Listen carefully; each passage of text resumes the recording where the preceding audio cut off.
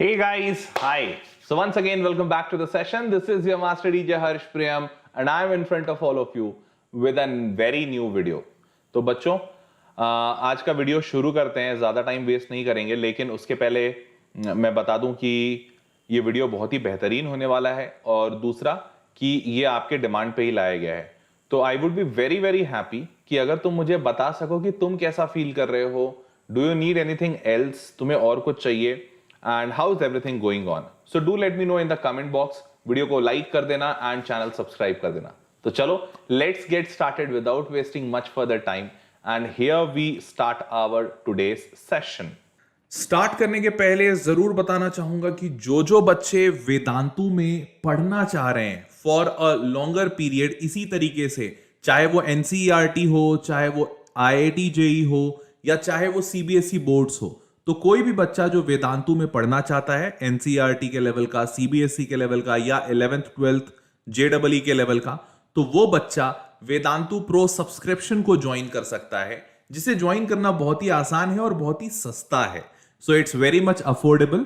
Price example के तौर पे मैं आपको बता दूं, आईआईटी जेई के लिए price is as low as 3000 rupees per month, या शायद 3000 भी ज्यादा है. 3000 तो पूरे कोर्स के लिए, इससे भी सस्ते में हो जाएगा. और सीबीएसई के लिए तो something around 2700 rupees per month है. मैं बिल्कुल मजाक नहीं कर रहा हूं. तो you can check how to get into these courses बहुत ही आसान तरीके से. जस्ट आपको इस वीडियो पे जाना है और इसी वीडियो के इस लिंक पे क्लिक करना है, click here to get Vedantu pro subscription. यहां पे आप जैसे ही क्लिक करते हो, यू विल बी आस्क्ड कि आप अपना क्लास सेलेक्ट कीजिए. आप क्लास सेलेक्ट करने के बाद अपना टारगेट एग्जाम सेलेक्ट कर लीजिए कि आपको सीबीएसई बोर्ड्स के हिसाब से पढ़ना है या जेडबलई के हिसाब से. आपने अगर बोर्ड्स सेलेक्ट किया है, फिर आप नीचे आप आएंगे, आपको सब्सक्रिप्शन दिखेगा लाइट, जहां पे आपको सारी चीजें मिलेंगी. Live classes, test series, analysis, assignment, notes, doubt solving भी मिलेगा. जी हाँ, बिल्कुल. और ये सारी चीजें आपको बस पूरे एक साल का प्राइस 30,000 है. जरूरत नहीं है पूरा एक साथ देने की. आप बाई कंप्लीट कोर्स पे जैसे ही क्लिक करते हैं, you will get an option of EMI. आप ईएमआई में भी इसे दे सकते हैं, जहां पे आपको इस पूरे कोर्स का फीस सिर्फ 2550 रुपीज होगा. ओके. और जो बच्चे ट्रायल लेना चाहते हैं कि एक बार ट्राई करके देखें कि कैसा लग रहा है, तो उन बच्चों के लिए ट्रायल ऑप्शन भी अवेलेबल है. That is 2340 rupees. आप आराम से इसमें ट्रायल में आके एक महीने का ट्रायल भी देख सकते हैं. I hope I am clear with my point. चलिए आगे बढ़ते हैं. और इसी में अलग अलग टाइप के सब्सक्रिप्शन भी है, जैसे यहां पे 24/7 डाउट सपोर्ट मिलता है और यहां पे एक पर्सनल टीचर भी मिलते हैं. तो आप इन ऑप्शंस को भी जरूर देख सकते हैं. ठीक है, चलो तो ज्यादा टाइम वेस्ट नहीं करते हैं, let's get into the session. Yo तो आज बात करने वाले हैं बच्चों हम लोग मिसलेनियस एक्सरसाइज की. मिसलेनियस एक्सरसाइज हमारा सेट्स का, एनसीईआरटी का. बहुत सारे बच्चों का डिमांड था कि सर मिसलेनियस एक्सरसाइज लेकर आइए, तो ये हियर वी गो. चलिए, तो पहला सवाल आपके सामने, पहला सवाल दिख रहा है हमें कि decide among the following sets which sets are subsets of one and another. ठीक है, तो ए में दिया हुआ है x belongs to r, satisfy x² - 8x + 12 = 0. तो आप बहुत ही आसानी से देख पा रहे होगे कि if I am not wrong तो ये -6 - 2, x - 6 x - 2 ऐसा बन रहा है. तो यहां से तो साफ साफ समझ में आ रहा है कि भैया ये 2 आएगा, ये 6 आएगा. तो A अगर सेट की बात करें तो A सेट हमारा कैसा हो जाएगा? A set will be having 2,6. अब अगर B की बात करें तो B 2 4 6 है. तो जाहिर सी बात है ये बड़ा है, ये छोटा है. तो यहां से एक बात तो समझ में आ रही है that this employees A is a subset of B. लिख सकते हैं बिल्कुल. अब C में बात करते हैं. C में 2 4 6 है ... ये भी सारे इवन नंबर्स का है, तो A is a subset of C also. बिल्कुल सही बात होगी. और D इज 6. अब D में सिर्फ 6 है, लेकिन A में 2 और 6 है. तो ये तो सबसेट नहीं है D का, लेकिन इसका वाइस वर्सा ट्रू हो सकता है. मतलब D is a subset of A, ऐसा लिख सकते हैं, क्योंकि D में सिर्फ 6 है और A में 2 और 6 दोनों है.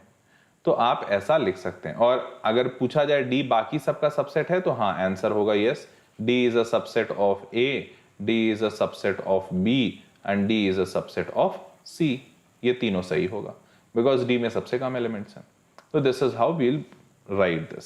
Now moving on. और इसके साथ साथ आप ये भी देख लीजिए कि B will be a subset of C only. तो अगर कोई B के बारे में पूछे तो B is a subset of C. तो टोटल इतने सारे सबसेट्स एक दूसरे के बने हैं. ठीक है, ये हो गया, ये हो गया और ये हो गया। कूल, चलिए देखें जरा। तो A में 2 और 6 है, D is a subset of A is a subset of B and B is a subset of C। अच्छा, सबको अगर जोड़ दिया जाए तो ये बिल्कुल इस तरीके से बनेगा, D is a subset of A, B is and A is a subset of B, B is a subset of C। ठीक है, चलिए अब आगे बढ़ते हैं। अगला सवाल, in which of the following determine whether in each of the following determine whether the statement is true or false. If it is true, prove it. If it is false, give an example. चलो बेटा तो देख लेते हैं यहाँ पे क्या कह रहा है कि x belongs to A and A belongs to B, then x belongs to B, ऐसा होगा क्या? तो देखो बड़ा सिंपल सा है, इसमें कुछ करना नहीं है। इसका सिंपल सा आप ऐसा करो कि मान लो कोई एक एग्जांपल ले लो, जैसे A में मान लो आप 0 1 है, ठीक है, A में आपने मान लिया 0 1 है। अब x बिलोंग्स टू, मतलब मान लीजिए x इज इक्वल्स टू 1, तो x बिलोंग्स टू A होगा, बिल्कुल सही बात है, होगा।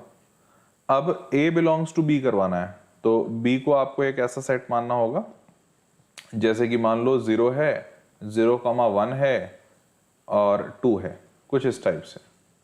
तो अगर B ऐसा है तो अभी मैं लिख सकता हूं A बिलोंग्स टू B, ये भी सही होगा, हाँ बिल्कुल सही होगा भैया। A तो बिलोंग कर ही रहा है B को, बिकॉज देखो A ये एलिमेंट है इसके अंदर और x इसको बिलोंग कर रहा है। लेकिन अब कोई पूछे x बिलोंग्स टू B है क्या, तो यार x तो क्या है, 1 है, लेकिन यहां तो कहीं 1 दिख नहीं रहा है, isn't it? कहीं दिख रहा है, नहीं दिख रहा है। तो x belongs to, x equals to 1 है, तो अगर कोई कहे x बिलोंग्स टू B तो ये गलत स्टेटमेंट होगा, and that is why this is a false statement. ठीक है, चलिए आगे बढ़ते हैं। A is a subset of B, B belongs to C and A belongs to C, ऐसा बोल रहा है। फिर से एक एग्जांपल ले लो, A is a subset of B। अगर A B का सबसेट है तो अगर आप B को मानते हो 1 2 3 मान लो, तो आपका A हो जाएगा, इसमें से कोई भी ले लेते हैं 1 2, ठीक है, सबसेट बन गया। अब क्वेश्चन कह रहा है B belongs to C, C से बिलोंग करता है, मतलब C के पास ऐसा है 0 1 2 3 का एक ऐसा सेट वाला एलिमेंट ही बना हुआ है, और यहाँ मान लीजिए 4 लिखा हुआ है और 5 लिखा हुआ है, कुछ इस तरीके से। अब कहता है A बिलोंग्स टू C होगा क्या, तो यार A क्या है, A 1 और 2 है, तो अगर देखो ये 1 और 2 क्या यहाँ पे दिख रहा है, नहीं, 1 2 3 ये एक एलिमेंट है, बट सिर्फ 1 2 एलिमेंट नहीं है, तो आप फिर से A बिलोंग्स टू C ऐसा नहीं कह सकते, ये भी फॉल्स स्टेटमेंट हो जाएगा। So hence this is also false. तीसरा, A is a subset of B, B is a subset of C, then A will be a subset of C or not। Check करते हैं, देखो बड़ा simple सा है, फिर से वैसे ही एग्जांपल ले लो, B को ले लो एक 0 1 2 ले लिया। अब A is a subset of B, तो A को एक सबसेट बनाओ B का, मतलब 0,1 कर लिया। फिर B is a subset of C, अब यहाँ पे सबसेट लिखा है ना, तो मैं C को लिख सकता हूँ कुछ इस टाइप से 0 1 2 3 4। तो देखो 0 1 2 3 4 लिखा, तो इसमें से 0 1 2 यहां से निकल के यहां गया है, तो ये सबसेट है, बिल्कुल है। तो B is a subset of C, बिल्कुल सही बात है, B is a subset of C। तो ये दोनों स्टेटमेंट तो हमने ट्रू करा दिए। अब बोल रहा है तो फिर A is a subset of C होगा, तो देखो यार क्या 0 और 1 इस C में है, तो आंसर है हाँ, और हमेशा होगा, क्योंकि 0 1 यहां से निकला है और ये 0 1 2 यहां सब कुछ है, तो A is a subset of C, बिल्कुल सही बात है, it is absolutely correct. So this is a true statement. Fine. Moving on.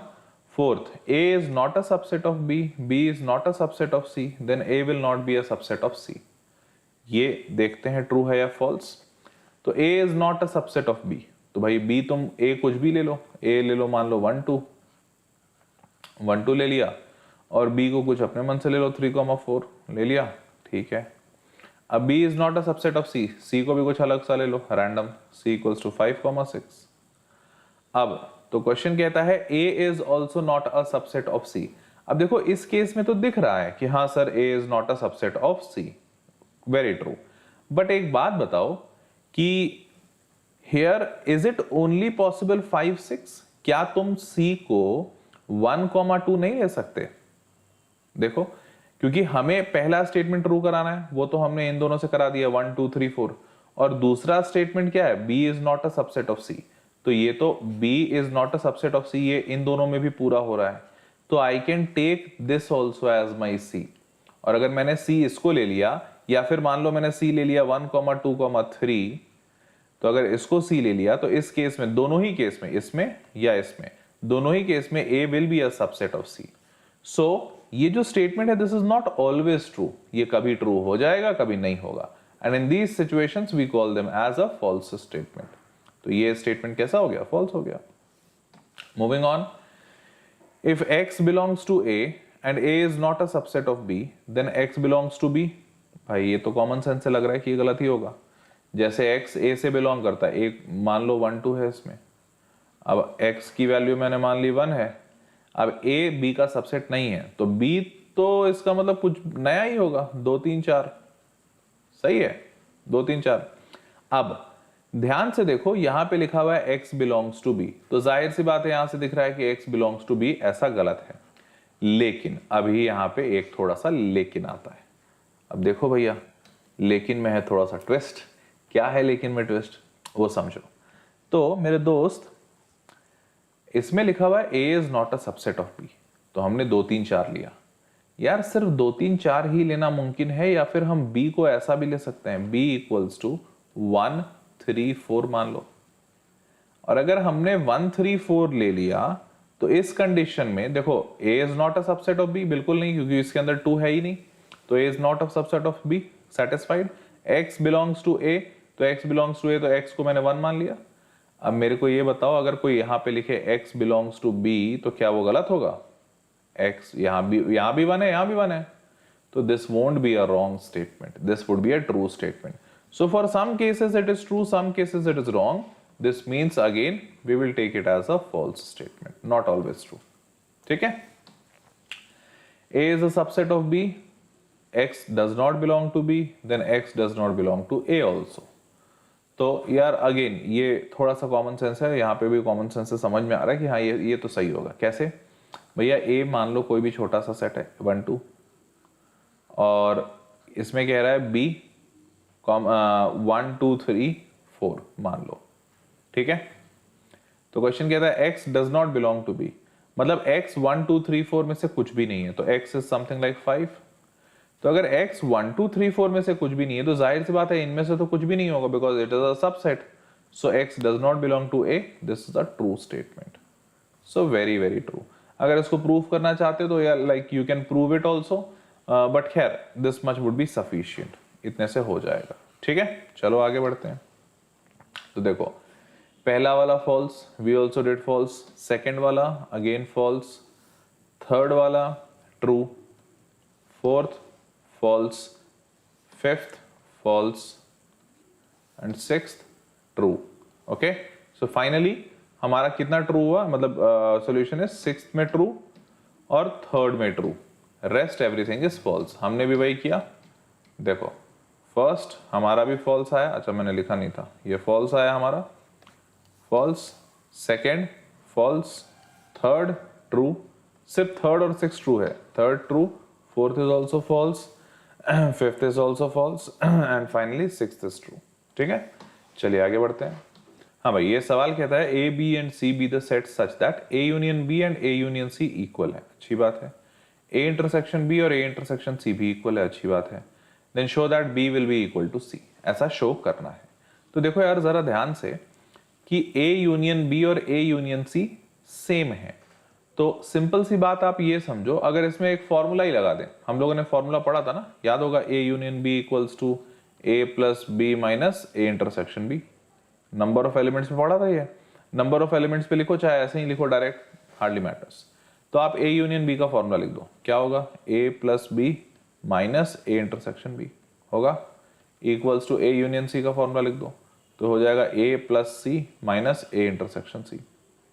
अब ध्यान से यार, ए और ए तो गया, ठीक है, ए यूनियन बी और ए यूनियन सी यहाँ पे दिया, sorry A intersection B C के दिया हुआ है कि इक्वल है, तो अगर ये इक्वल है मतलब ये भी गए, तो बच क्या गया बेटा, बी बचा इक्वल्स टू सी बचा।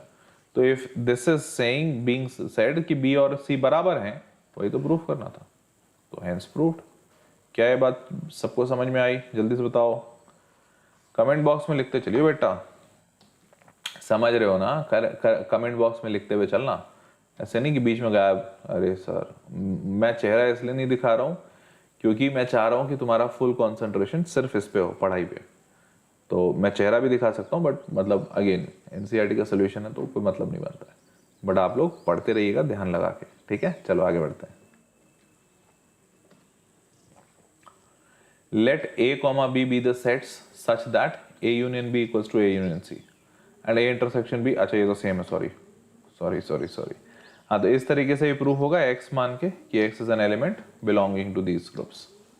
अगला, show that the following 4 conditions are equivalent, ये इक्विवेलेंट कंडीशंस हैं ऐसा शो कीजिए। अब पहला कहता है A is a subset of B।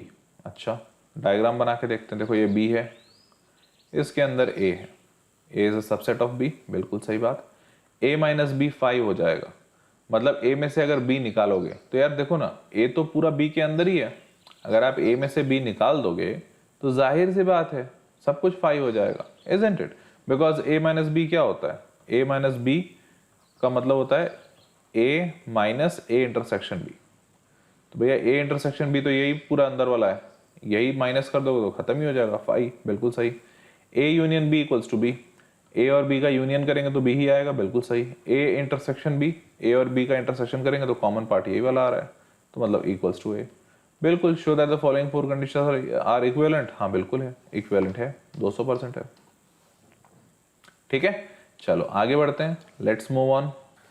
हाँ बच्चों, तो अब ये सवाल कह रहा है show that if A is a subset of B then C minus B is a subset of C minus A। अब देखो ये कैसे करेंगे यार।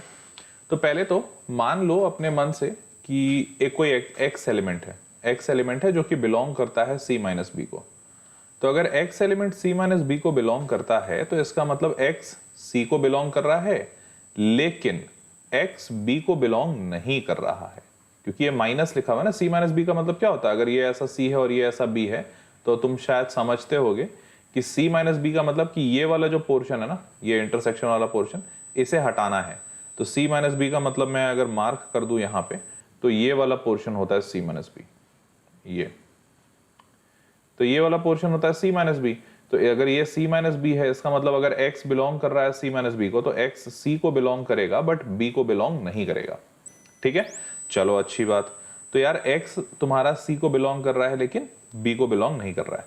तो एक बात बताओ कि अगर X B को बिलोंग नहीं करता है और यहाँ पे दिया हुआ है कि A is a subset of B, तो भैया A is a subset of B का मतलब ये कि भैया A इसके अंदर छोटा सा कहीं होगा बैठा हुआ, और अगर X B को ही बिलोंग नहीं कर रहा तो दिस इंप्लॉइज मैं लिख सकता हूं कि X will not even belong to A, क्योंकि भैया A तो इसका छोटा हुआ पार्ट है, A तो छोटा पार्ट है, तो X A को भी बिलोंग नहीं करेगा। मतलब फाइनली मैं कंक्लूजन लिख सकता हूं कि X C को बिलोंग कर रहा है बट X A को बिलोंग नहीं कर रहा है। तो देखो X बिलोंग्स टू C और A को बिलोंग नहीं करेगा, तो ये कब होता है? अभी अभी हमने देखा जब C को बिलोंग करे और B को नहीं बिलोंग करे, इसका मतलब C माइनस B को बिलोंग कर रहा है। तो वैसे ही अगर C को बिलोंग करे और A को बिलोंग नहीं करे, इसका मतलब जाहिर सी बात है कि C माइनस A को बिलोंग कर रहा है। तो यहाँ पे हो जाएगा X belongs to C minus A, और यही आपको प्रूफ करना था कि हाँ भैया। अब देखो X belongs to C minus A और X belongs to C minus B, तो अब C माइनस B क्या C माइनस A का सबसेट है? तो हाँ, जवाब है बिल्कुल हाँ है, C minus B is a subset of C minus A, बिल्कुल सत्य वचन है। समझ पा रहे हो? तो इस तरीके से आप इसको प्रूफ करेंगे, C minus B is a subset of C minus B। क्यों? क्योंकि X belongs to C minus A, ये हमने प्रूफ कर दिया, ठीक है। चलिए आगे बढ़े। अगला सवाल कहता है assume that PA is equals to PB। PA का मतलब होता है power set of A, power set of A equals to power set of B, ऐसा कह रहा है। बेटा समझ में तो आ रहा है ना, कोई दिक्कत परेशानी तो नहीं? चलिए समझते चलिएगा। चलिए आगे बढ़ते हैं। तो हियर वी गो। हाँ, power set of A is equals to power set of B। तो शो करना है कि A इक्वल्स टू B होगा, तो देखते हैं कैसे होगा। अब देखो यार, बड़ा सिंपल सा है कि power set of A equals to power set of B है, तो मतलब A के अंदर जितने एलिमेंट्स हैं, तुम कुछ भी मानो, कैसे मानोगे? मान लो कि भैया हमारे पास कोई X एलिमेंट है जो बिलोंग करता है पावर सेट ऑफ A को, X एलिमेंट है जो पावर सेट ऑफ A को बिलोंग करता है। अब देखो ये A इक्वल्स टू B कैसे प्रूफ होगा? A इक्वल्स टू B ऐसे प्रूफ होगा कि अगर ये X बिलोंग कर रहा है पावर सेट ऑफ A को और X, तो फिर X बिलोंग करेगा पावर सेट ऑफ B को भी, ठीक है। तो X अगर पावर सेट ऑफ A और पावर सेट ऑफ B दोनों को बिलोंग करता है, तो इसका मतलब जरूर X belongs to A and x belongs to b। पक्की बात है। तो अगर x दोनों को बिलोंग करता है तो यहां से आप एक चीज तो कंक्लूड कर सकते हो कि भैया a is a subset of b। ठीक है, अब ये जिस तरीके से आपने a is a subset of b बनाया, आप इसी तरीके से सेम इसी मेथड से अगर जाओगे कि भैया x बिलोंग्स टू pa, मतलब x belongs to pb then x belongs to pa, तो b is a subset of a। तो एग्जैक्टली सेम तरीके से आप यहां पे लिख सकते हो सिमिलरली, इसी सेम तरीके से आप ये भी प्रूव कर सकते हो कि b is a subset of a। तो जब a b का सबसेट है और b a का सबसेट है, मतलब दोनों आपस में एक दूसरे के सबसेट हैं, तो ये तो तभी पॉसिबल होता है जब a इक्वल्स टू b होता है। ये इसका एक तरीका हो गया, ये एक तरीका फर्स्ट मेथड। इसका एक और तरीका ये हो सकता है कि आप अपने मन से कुछ a को मान लो, मानो 0,1 दिया हुआ है। ठीक है, तो अगर 0,1 दिया हुआ है, तो अब अगर कोई पूछे आपसे पावर सेट ऑफ a बताने, तो आप बता दोगे कि भैया पावर सेट ऑफ a में सबसे पहले 5 आएगा, फिर 0, फिर 1, और फिर ये 0 और 1 साथ में। ठीक है, लिख दिया। अब ये जो पावर सेट ऑफ a है, ये पावर सेट ऑफ b के बराबर है। तो चलो इसमें से हम मानते हैं कि भैया a जो बिलोंग है, a जो है ये 0 1, ये 0 1 यहां पे है, तो मैं लिख सकता हूं ना a belongs to power set of a। भाई जाहिर सी बात है ये a power set of a में दिख रहा है, तो जब a belongs to power set of a है, तो दिस इंप्लॉइज मैं ये भी लिख सकता हूं a belongs to power set of b। क्यों लिख सकता हूं भाई? क्योंकि दोनों बराबर हैं। तो इसका मतलब ये a जरूर पावर सेट ऑफ b में भी रहा होगा, और ये a power set of b में रहा होगा। इसका मतलब आप लिख सकते हो कि इसका मतलब a is a subset of b। हाँ, क्योंकि भाई a power set of b में कैसे आया? तभी तो आ सकता ना जब a is a subset of b।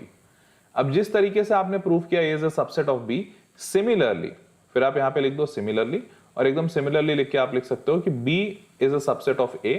ये भी आप प्रूफ कर दोगे, मतलब प्रूफ करके दोगे आप, बस इतना लिख दो similarly b is a subset of a। तो दिस इंप्लॉइज यहां से भी आप प्रूफ कर सकते हो a equals to b।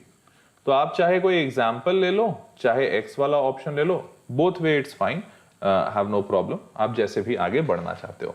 I hope सबको समझ में आ गया होगा। ठीक है, चलिए आगे बढ़ते हैं, लेट्स मूव ऑन। तो ये रहा इसका पूरा सोल्यूशन। इन लोगों ने x मान के बनाया, तो आप x मान के भी कर सकते हो, a और 0 1 मान के भी। अब दूसरा है, is it true for any set a and b that power set of a union power set of b is equals to power set of a union b। क्या ये सही है? तो पहले तो तुम समझो, पहले अब इसको सॉल्व करने के लिए सबसे आसान तरीका 0 1 एक सेट मान ही लो, और b को एक सेट मान लो भैया 2 3। ठीक है, अब यहां से a यूनियन b निकाल सकते हो, वो हो जाएगा 0 1 2 3। सत्य वचन? ठीक है, बिल्कुल सत्य। अब ध्यान से देखो बेटा, जब तुम पावर सेट ऑफ a निकालोगे तो पावर सेट ऑफ a तो तुमको मिल जाएगा बड़े आराम से। क्या मिल जाएगा भाई? पावर सेट ऑफ a होता है 5 होगा, पहले तो 5 होगा, फिर 0 होगा, फिर 1 होगा, और फिर 0,1। ये हो गया ये पावर सेट ऑफ a, और फिर इसी तरीके से पावर सेट ऑफ b भी होगा। ठीक है, क्या होगा भैया? 5 होगा, 2 होगा, 3 होगा, और 2,3 होगा। ठीक है, अब ध्यान से देखना, अब आप जब इन दोनों का यूनियन करोगे, मतलब ये सारे के सारे एलिमेंट आएंगे, 4 एलिमेंट यहां के और 4 एलिमेंट यहां के, टोटल 4 4 8 एलिमेंट आएंगे। अब ध्यान से देखना बेटा, जब तुम a यूनियन b करते हो, तो a यूनियन b में टोटल कितने एलिमेंट्स हैं? 4 एलिमेंट्स। और आपको पता है पावर सेट का एक रूल पता है कि भैया पावर सेट किसी का भी निकालते हैं तो उसका मतलब होता है 2 रेज टू पावर जितने एलिमेंट्स हैं उसमें। तो इसमें कितने एलिमेंट्स आएंगे? 4। 2 रेज टू पावर 4 मतलब 16। भाई साहब यहाँ 16 एलिमेंट्स आ रहे हैं, यहाँ पे 8 एलिमेंट्स आ रहे हैं। वो तो साफ साफ ऐसे ही दिख गया कि नंबर ऑफ एलिमेंट्स ही बराबर नहीं है, तो पूरा पूरा सेट कैसे बराबर होगा? तो this implies that power set of a union power set of b is not equal to power set of a union b। ये गलत होगा। ठीक है, और जस्टिफाई तो हो ही गया। बस यही सिंपल आंसर। इन लोगों ने भी यही निकाला है, हालांकि इन लोगों ने पूरा करके दिखाया, बट इतना करने की जरूरत नहीं है, आप सीधे सीधे लिख भी सकते हो। चलिए आगे बढ़ते हैं। Show that for any set a and b a is equals to a intersection b union a minus b and a union b minus a is equals to a union b। तो कई तरीके हैं, फिर से देखो 2-3 तरीका हमेशा होता है सेट में जो सारे जगह इस्तेमाल होता है। एक तरीका होता है x बिलोंग्स टू वाला, कि भैया x कोई मान लो एलिमेंट कि इन सब में बिलोंग कर रहा है, प्रूफ करा दो कि हाँ भाई वो इधर भी बिलोंग कर रहा है, इधर भी बिलोंग कर रहा है। दूसरा तरीका होता है कि आप a को अपने मन से कोई सेट मान लो 0 1, और फिर b को मान लो 2 3, ऐसा करके फिर दिखा दो। और तीसरा तरीका होता है वेन डायग्राम। तो आपको जो आसान लगता हो आप उससे कर लिया कीजिए। ठीक है, वेन डायग्राम मेरे को थोड़ा कंपैरेटिवली आसान लगता है, तो चलो मैं आपको बता देता हूं वेन डायग्राम से एक बार। तो वेन डायग्राम में क्या है, ए इंटरसेक्शन बी, तो आप तो पहले ए और बी बना लो।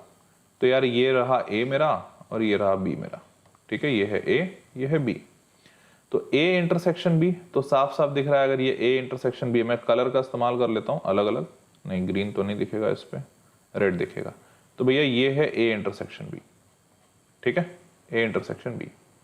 इसका यूनियन किए हैं ए माइनस बी के साथ, तो ए माइनस बी को मैं दूसरे कलर से दिखाता हूं, मान लो ब्लैक से दिखा रहा हूं, तो ये है मेरा ए माइनस बी, ठीक है। तो ए माइनस बी, तुम समझ रहे होगे कि ए माइनस बी ये वाला पोर्शन है, ये वाला पोर्शन, ये है ए माइनस बी, ठीक है। तो this portion is A minus B and this portion is, आपको दिख रहा है कि भैया this portion is A intersection B. अब जब आप इन दोनों का यूनियन करोगे बेटा, तो जाहिर सी बात है, दिख रहा है यूनियन का मतलब क्या, दोनों को एडिशन करना है। तो जब दोनों को एडिशन करेंगे तो साफ बात है ए तो आएगा ही, तो बिल्कुल ये वाला तो पहला वाला तो प्रूफ हो गया। देखो वेन डायग्राम से कितना आसानी से हो गया। तो आप वेन डायग्राम से दिखा सकते हो कि दिस इज इक्वल्स टू ए, हो गया। अब इसी तरीके से आप यहाँ पे आ जाओ, तो यहाँ पे यार फिर से बना लो एक गोल चक्री। तो इस बार गोल चक्री ये और ये गोल चक्री, ठीक है। ए और बी हमने बनाया है, ए है और ये बी है, ये दिख नहीं रहा उतना अच्छे से, कलर छोड़ो दूसरा चेंज करते हैं, चलो रेड लेते हैं। अब b माइनस ए कौन सा है, तो b में से a हटाओ, तो if I am not wrong तो ये वाला है b माइनस ए, दिख रहा है ये पूरा। तो ये रेड वाला जो है ये है b माइनस ए, सही बात सही बात। इसका यूनियन करना है किसके साथ, a के साथ। तो भैया a कौन सा वाला है, तो a तो भैया सबको पता है, ये पूरा a है आपका, ये पूरा a है। तो इसके साथ यूनियन करना है रेड वाले का। तो भैया इसके साथ अगर यूनियन करना है रेड वाले का, मतलब साफ साफ दिख रहा है कि ब्लैक और रेड मिला के पूरा ए यूनियन बी ही हो गया। तो आप साफ साफ बात लिख दोगे भैया this is equals to A union B, बिल्कुल पक्की बात है ना। तो आप इस तरीके से प्रूव कर सकते हो वेन डायग्राम से, it becomes much more easier, ठीक है। चलो बढ़े आगे। तो और इन लोगों ने वो एक्स वाला तरीका अपनाया, तो एक्स वाला तरीका भी कर सकते हो, कोई मान लो कोई एक 0 1 मान के वैसे भी कर सकते हो, और जैसा मैंने वेन डायग्राम से बनाया वैसे भी कर सकते हो, तुमको जो सही लगे उससे कर लो, बस तुमको सहूलियत होनी चाहिए, तुमको समझ आना चाहिए, ठीक है। चलो आगे बढ़ते हैं।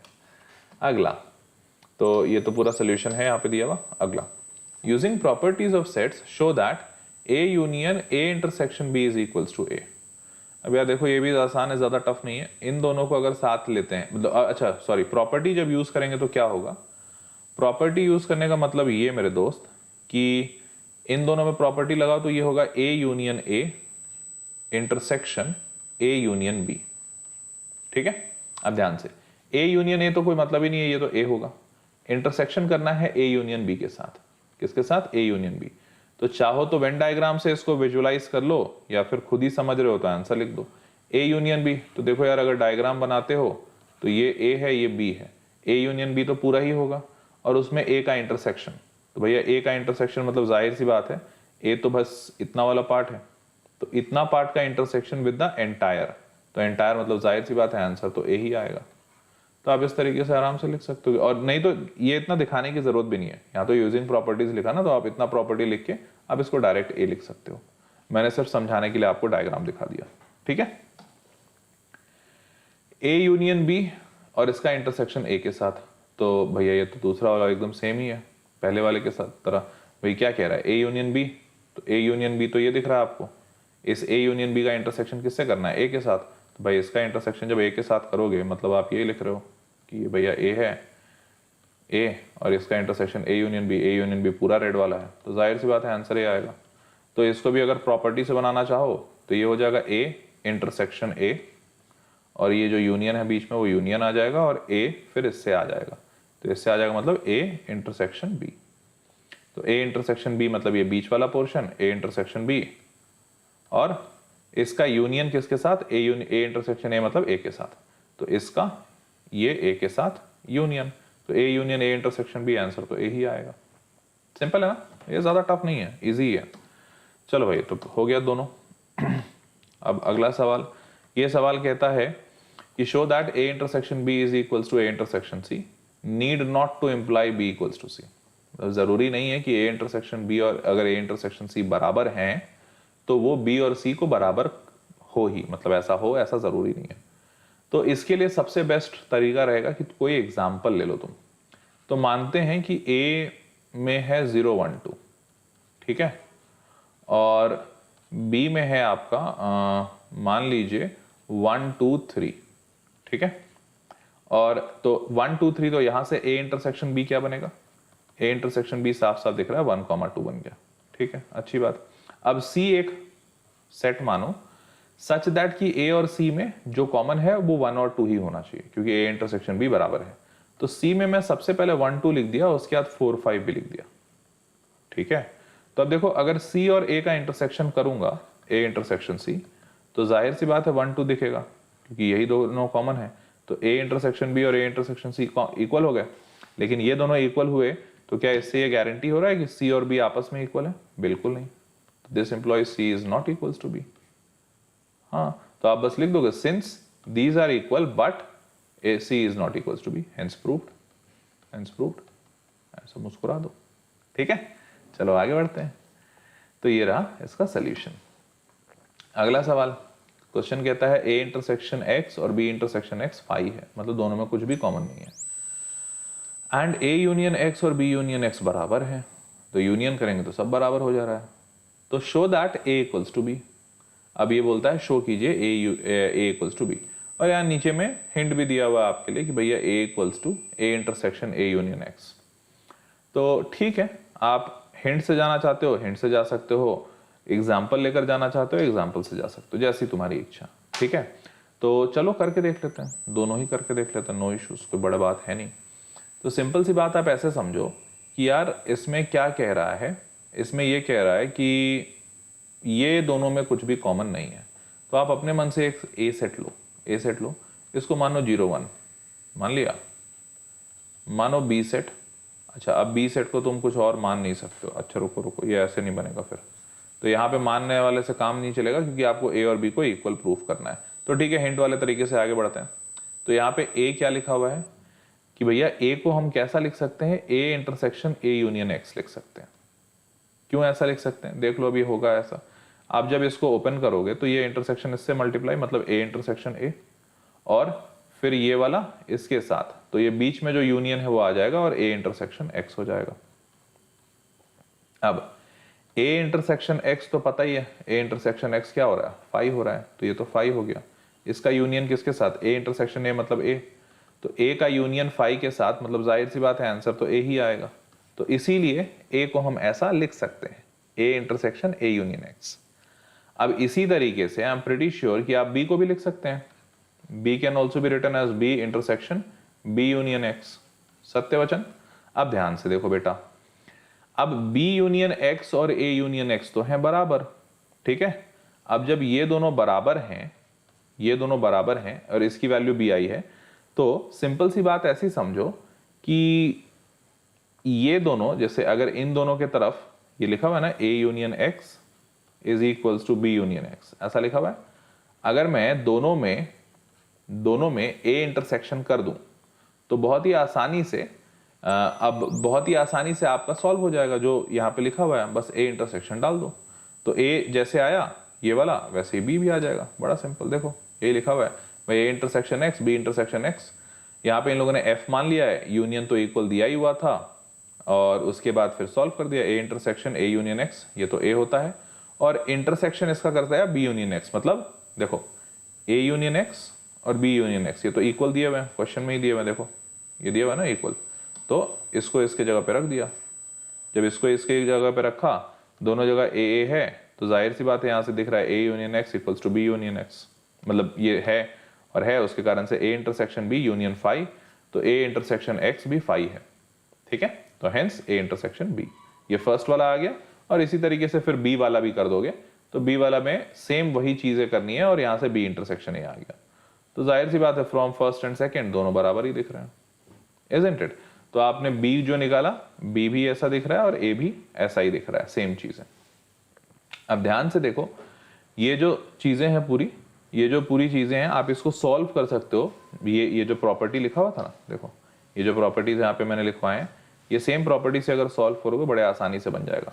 यही वाली चीज B intersection B union B intersection X, तो यही सेम चीज जो मैंने A में किया ना, देखो A ये फाई होगा तो वैसे ही ये भी फाई होगा, B इंटरसेक्शन B होगा, इसका यूनियन करोगे तो आंसर तो बी आ ही रहा है। वही सेम चीज इन लोगों ने भी की है, ठीक है, बी इंटरसेक्शन ए। अच्छा, यहाँ पे इन्होंने बस एक चेंज किया है जो दूसरे तरीके से है, वो ये कि ए इंटरसेक्शन एक्स को जो मैंने फाई किया है, इसको यहाँ पे इन्होंने बी इंटरसेक्शन एक्स से चेंज कर दिया है। मतलब क्या, ये ए इंटरसेक्शन एक्स है, इसके जगह पे बी इंटरसेक्शन एक्स लिख दिया है, तो this is B intersection X. तो अब आप जब इसको वापस से सॉल्व करोगे तो ए को अब आप लिख सकते हो यहाँ पे क्या, A union B intersection A union X, ठीक है। A intersection B A union X हो गया, और ए यूनियन एक्स वापस से तुम्हारा बी यूनियन एक्स के बराबर है। तो इस तरीके से ये मस्त बढ़िया प्रूफ हो जाएगा, ठीक है। चलिए आगे बढ़ते हैं। अगला, find sets A B and C such that A intersection B intersection C and A intersection C are non empty sets and A intersection B intersection C is phi, ठीक है। तो देखो यार, सिंपल सी बात क्या कहा जा रहा है कि तीनों में तो फाई है, मतलब तीनों में कॉमन कुछ नहीं है।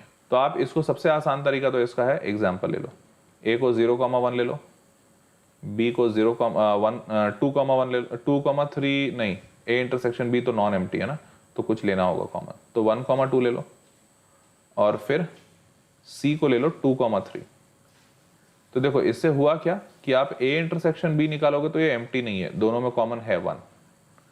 वैसे ही बी इंटरसेक्शन सी निकालोगे तो ये भी कॉमन है, मतलब एम्प्टी नहीं है, दोनों में कॉमन है 2। और सी इंटरसेक्शन ए, अच्छा ये एम्प्टी हो गया तो यहाँ पे 0 डाल दो, यहाँ पे 0 डाल दो, तो सी इंटरसेक्शन ए जो होगा, देखो इन दोनों में 0 कॉमन आ गया, तो ये भी एम्प्टी नहीं है।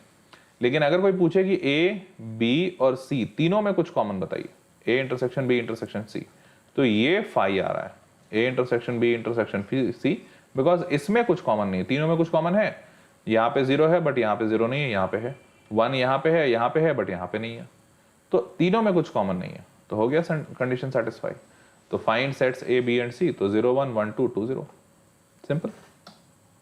तो हेंस इन्होंने भी 0 1 1 2 और 2 0 लिया है, बिल्कुल सेम। चलिए अगला सवाल, अब ये मजेदार है। सवाल कहता है, in a survey of 600 students in a school 150 students found to be taking tea and 225 coffee, ठीक है। तो टी वाले 150 हैं टी और 225 है coffee, 100 were taking both tea and coffee. तो यार इसका एक वेन डायग्राम बना लो, सबसे आसान वैसे ही रहता है, ये टी हो गया या कॉफी हो गया, 100 जो है वो दोनों ले रहे हैं, बोथ टी एंड कॉफी, और टी का जो टोटल नंबर है, टी का टोटल नंबर है वो 150 है, और कॉफी का जो टोटल नंबर है वो है 225। तो बेटा 100 तो यहाँ आ चुका है, तो अगर 150 है, 100 यहाँ आ चुका है, मतलब बचा हुआ 50 यहाँ आएगा, तभी तो टी 150 होगा। और कॉफी वैसे ही 225 है, 100 यहाँ आ चुका है, मतलब बचा हुआ 125 यहाँ आएगा। तो find how many students were taking neither T nor coffee.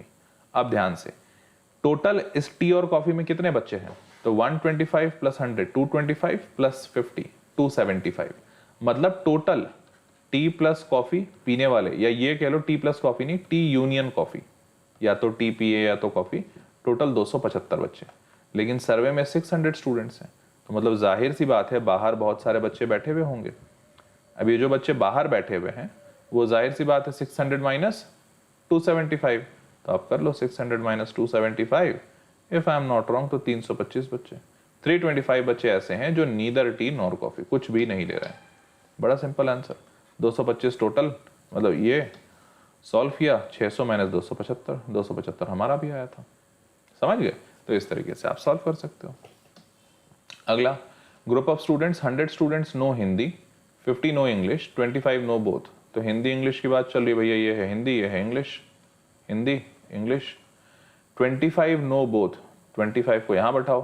100 student know Hindi, Hindi का पूरा 100 होना चाहिए, मतलब बाहर 75 बटेगा, तभी तो 25 प्लस 75 100 होगा।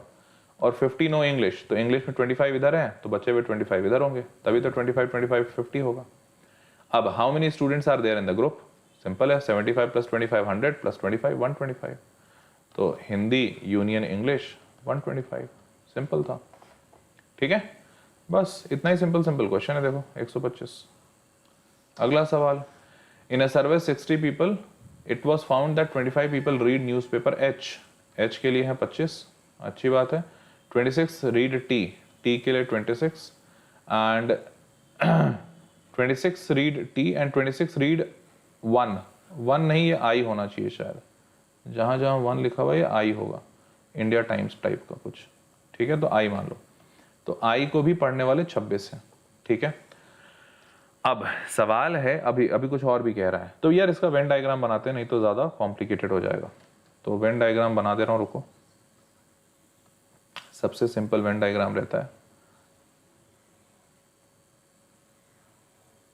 हाँ देखो, तो ये मानो H है, ये मानो T है, ये मानो I है।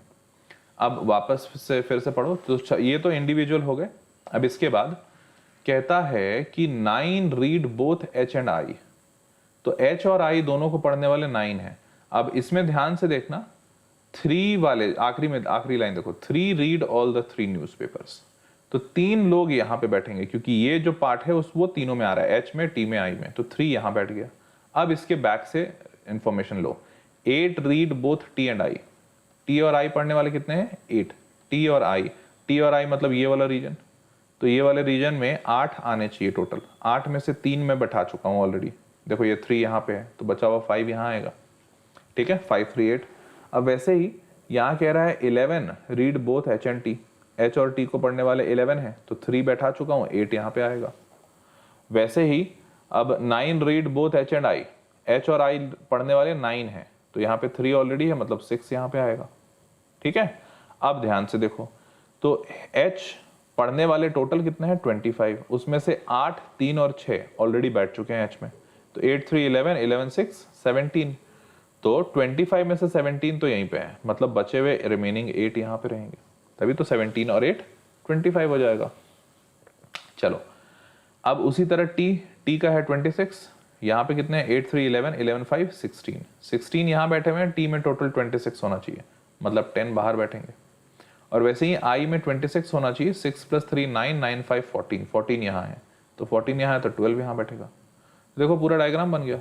अब जो भी सवाल पूछे, the number of people who read at least 1 of the newspapers, कम से कम एक तो पढ़ते ही हैं। अब देखो कम से कम में एक से ज्यादा भी हो सकता है, तो मतलब आपसे ओवरऑल क्या पूछा गया? सबका एडिशन। तो यहाँ फर्स्ट वाले में सबका एडिशन, 8 + 8 + 10 + 5 + 12 + 6 और +3, ये सारे, तो सबको ऐड करोगे तो इक्वल टू कितना आ रहा है? 8 8 16, 16 10 26, 26 5 31, 31 12 43, 43 और 9 52, तो ये आ रहा है 52, टोटल 52 है। और सर्वे हुआ था 60 लोग का, तो इसका मतलब जाहिर सी बात है अगर 52 अंदर बैठे हैं तो इसका मतलब ऐसे 8 लोग हैं जो कोई न्यूज़पेपर नहीं पढ़ते, कुछ भी नहीं पढ़ते, और एटलीस्ट 1 या एक से ज़्यादा 52 है। The number of people who read exactly 1 newspaper, सिर्फ एक ही पढ़ते हैं, तो देखो भैया वो तो ये 8, ये 10 और ये 12 वाले हैं, तो 12 8 10 सबको ऐड करो, तो 8 + 10 + 12, आराम से answer 30, simple.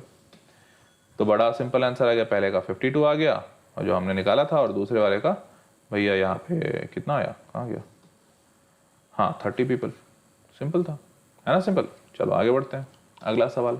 In a survey it was found that 21 people like product A, 26 like product B and 29 like product C. 3 का है, फिर से 3 बना लो, ए बी और सी।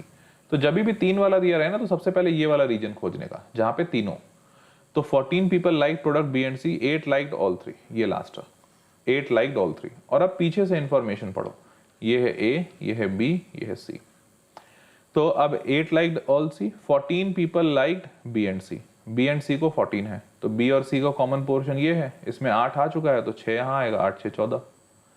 वैसे ही 12 लाइक सी एंड ए, तो सी और ए का 12 है, 8 आ चुका है, मतलब 4 यहाँ आएगा, तभी तो 8 4 12। और वैसे ही 14 people liked A and B, 14 A और बी को लाइक करता है, तो ए और बी को 14, तो 8 यहाँ पे आ गया, 8 6 14। अब इसके बाद 29 liked product C, product C को 29 लाइक करते हैं, तो सी का टोटल 29 होना चाहिए, जिसमें से 8 4 12, 12 6 18, 18 यहाँ आ चुका है, तो यहाँ पे क्या होगा, 29 - 18, 29 - 18 मतलब 11, तो सी में यहाँ पे 11 बैठा। वैसे ही फिर आप आ जाओगे 26 पीपल लाइक प्रोडक्ट बी, तो बी मतलब 26 होना चाहिए, 8 6 14, 14 6 20, 20 तो यही हो गया, 6 यहाँ पे बचेगा। वैसे ही फिर ए में 21 है, तो ए में 21 तो 8 4 12, 12 6 18, 18 और यहाँ 21 होने चाहिए, मतलब 3 बाहर बैठेंगे। तो बड़े सिंपल से पूरा डायग्राम बन गया। Find how many people like product C only, तो सी ओनली वाले 11, आंसर आ गया। आपसे अगर कुछ और भी पूछता तो डायग्राम मैंने पूरा बना ही दिया है, उससे आप बना लेते हैं बड़े सिंपल तरीके से। तो ओनली सी वाले 11, इन लोगों ने काफी लंबा तरीका लगाया, बट इतने की जरूरत नहीं है। चलो आगे बढ़ते हैं। Okay eureka, that was all. तो चलिए, अगर यहां तक सब कुछ समझ आया और वीडियो पसंद आया तो नीचे लाइक्स वीडियो को जरूर कीजिएगा, चैनल सब्सक्राइब कर दीजिए और अपने प्यारे कमेंट्स डालिए।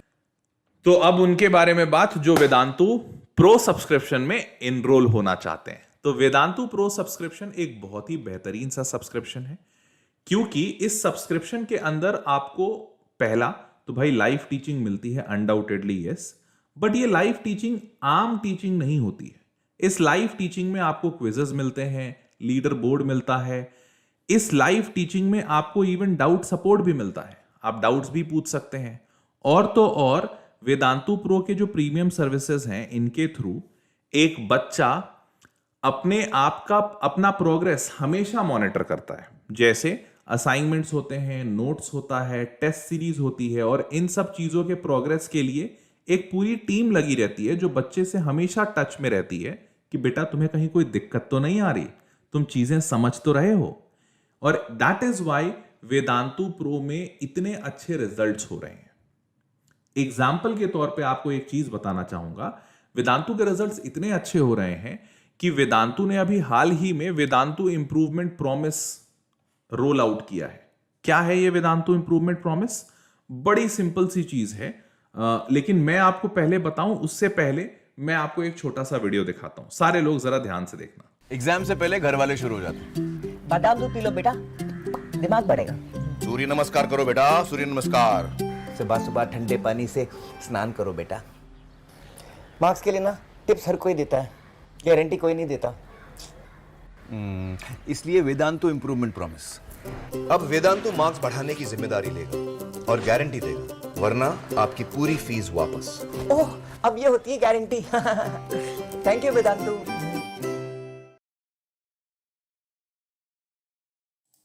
अब देखो बेटा, तो इस वीडियो में क्या बता रहे थे आमिर खान साहब? खान साहब आपको ये बता रहे थे कि वेदांतु अब इस बात की गारंटी ले रहा है कि आप हमारे पास अगर आते हैं और आप हमारे पास 1 साल या 2 साल पढ़ते हैं, तो हम इस बात की गारंटी लेते हैं कि हम आपके रिजल्ट को इंप्रूव कर देंगे, हर हाल में रिजल्ट इंप्रूव कर ही देंगे। और अगर हम अपनी इस गारंटी में फेल होते हैं तो हम आपको पूरा 100% पैसा रिफंड कर देंगे। और तो और सबसे बड़ी बात कि इसमें कोई टीएनसी नहीं है सिवाय एक, सिर्फ एक टर्म्स एंड कंडीशन से। जानना चाहोगे क्या? और वो टर्म्स एंड कंडीशंस इतना सिंपल है कि वो टर्म्स एंड कंडीशंस कहता है कि आपके पास 75% अटेंडेंस होना चाहिए इन कोर्सेज में।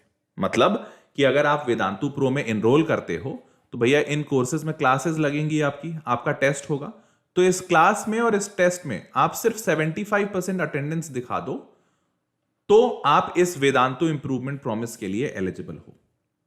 मतलब हम ये बिल्कुल नहीं कहते कि आप टेस्ट में कोई नंबर लेकर आओ, आपके इतने नंबर आने चाहिए, ये वो दिस दैट, नहीं, वो सब तो हमारी टेंशन बेटा। हम इंश्योर करेंगे कि तुम्हारे नंबर कैसे आ रहे हैं, बट आप बस टेस्ट को अटेंड करो, 75% अटेंडेंस दिखाओ वहां पे, और उसके बाद अगर रिजल्ट ना आए तो हमसे बोलो, हम तुम्हें पूरे पैसे वापस दे देंगे। तो this is Vedantu improvement promise, जहां पे बच्चे को गारंटी दिया जाता है कि हम आपका रिजल्ट हर हाल में सुधारेंगे। ओके, तो this is what Vedantu is saying and our result has been outstandingly well in the past. आप देख भी सकते हो हमारे रिजल्ट्स, देखो ये रिजल्ट्स हैं हमारे, और इन रिजल्ट्स में आपको समझ में आ रहा होगा कि नेशनल एवरेज से काफी ज्यादा ऊपर है वेदांतु। जैसे सीबीएसई 10th के लिए नेशनल एवरेज इज ऑलमोस्ट 10% के आसपास, लेकिन वेदांतु का एवरेज इज ऑलमोस्ट 40%। ये किस चीज का परसेंटेज दिखा रहा हूं मैं? उन बच्चों का जो 90% मार्क्स से ज्यादा लेकर आते हैं। मतलब वेदांतु में 40% बच्चे 90% से ज्यादा लेकर आ रहे हैं, पूरे इंडिया में वो बच्चे सिर्फ 10% है। वहीं सीबीएसई 12th का रिजल्ट देखोगे तो 13% एवरेज है नेशनल एवरेज, जो 90% से ज्यादा ला रहे हैं, बट वेदांतु के 70% ऑलमोस्ट, समझ रहे हो? 70 मतलब हर 10 में से 7 बच्चा 90% से ज्यादा लेकर आता है। और तो और जेई एडवांस में 6 गुना दिख रहा है, नेशनल एवरेज 1.25% और वेदांतु का एवरेज 8% से ज्यादा। तो because of this result we are able to give such a big commitment, इतना बड़ा वादा कर रहे हैं हम कि हम आपके रिजल्ट को इंप्रूव करेंगे, नहीं तो 100% रिफंड दे देंगे। और ये पब्लिकली मैं बोल रहा हूं, ऑनलाइन प्लेटफॉर्म पे मेरी कही हुई बातें कहीं डिलीट नहीं की जा सकती हैं। आप वेदांतु के वेबसाइट पे, प्लेटफॉर्म पे भी जाके ये देख सकते हो। ठीक है, चलो। और देखो इस तरीके से डाउट्स भी बच्चे पूछते हैं, 24/7 डाउट सपोर्ट भी दिया जाता है बच्चों को, देख रहे हो। चलो अब मैं दिखाता हूं तुम्हें कैसे इस कोर्स में एनरोल करना है। तो बड़ा सिंपल तरीका है, जल्दी से आप लोग सारे लोग इस पेज पे आ सकते हैं। आपने कहां आना है, आप इस वेदांतु मैथ के पेज पे आएंगे। इस वेदांतु मैथ चैनल पे इसी वीडियो के डिस्क्रिप्शन में चले जाइए, वेदांतु मैथ के डिस्क्रिप्शन में यहां पे आपको एक लिंक दिखेगा, click here to get Vedantu pro subscription.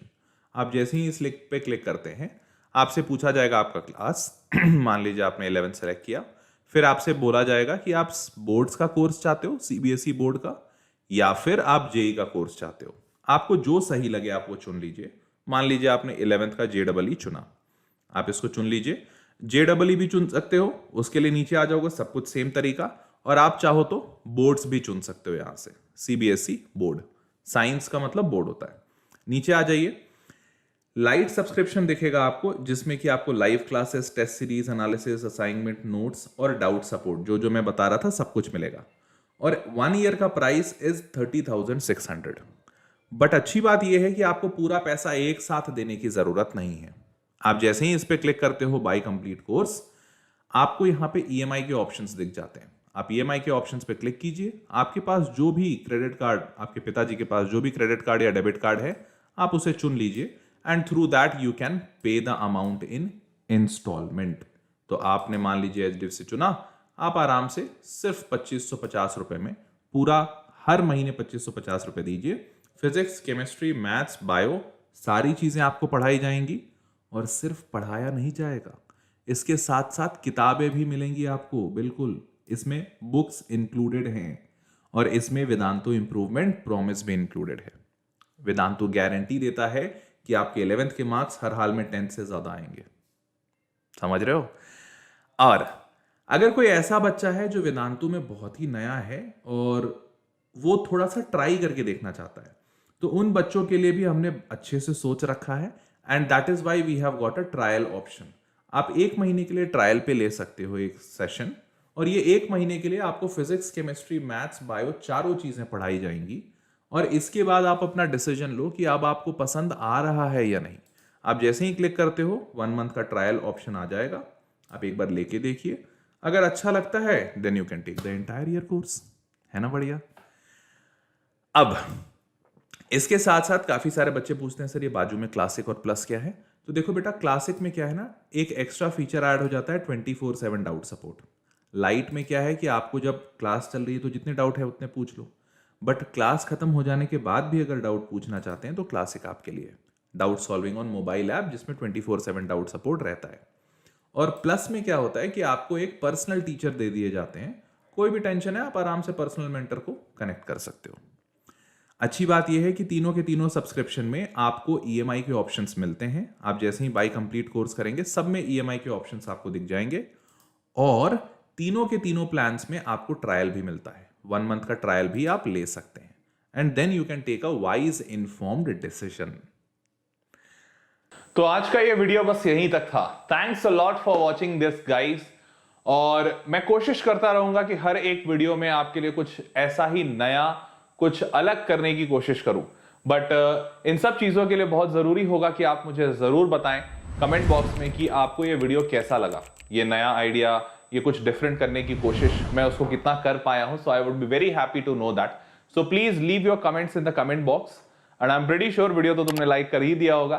Channel को सब्सक्राइब कर लेना जो बच्चे नए हैं। Thanks a lot for watching, keep on watching.